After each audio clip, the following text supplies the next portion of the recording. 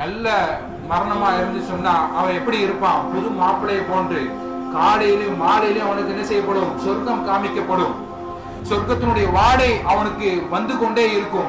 இதுதான் உன்னுடைய இடம் என்று சொர்க்கத்துல காமிக்கப்பட்டு கொண்டிருக்கும். யாருக்கு? நல்லடியானுக்கு.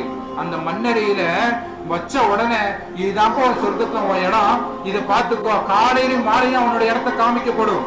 அதே கெட்ட ஆத்மாவாக இருந்தால் அவனுக்கு எப்படி தெரியுமா? அவனுடைய நரகத்தை காமிப்பான். இதுதான் நீ நரகத்தில் நிரந்தரமாக இருக்கக்கூடிய இடம். நரகத்தினுடைய வெப்ப காற்று அவனுக்கு அடித்துக் கொண்டே இருக்கும். அதே மாதிரி கபர் அவனை நெருக்கி கொண்டே இருக்கும். அவனால் நிம்மதியாக படுத்து உறங்க முடியாது. கபருடைய வேதனை மிகவும் மோசமானதாக இருக்கும்.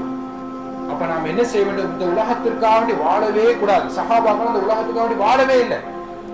மறுமை என்னத்தை கேட்டாலும் மறுமைதான். அவருடைய கேள்வி எப்படி ஆத்தரிச்சு, நான் சொர்க்கத்தில் இருக்கணும், என்ன செய்யணும்? நான் உங்க கூட இருக்கணும், என்ன செய்யணும்? அவருடைய சிந்தனை முழுக்க மறுமைக்காக வேண்டி மட்டும்தான்.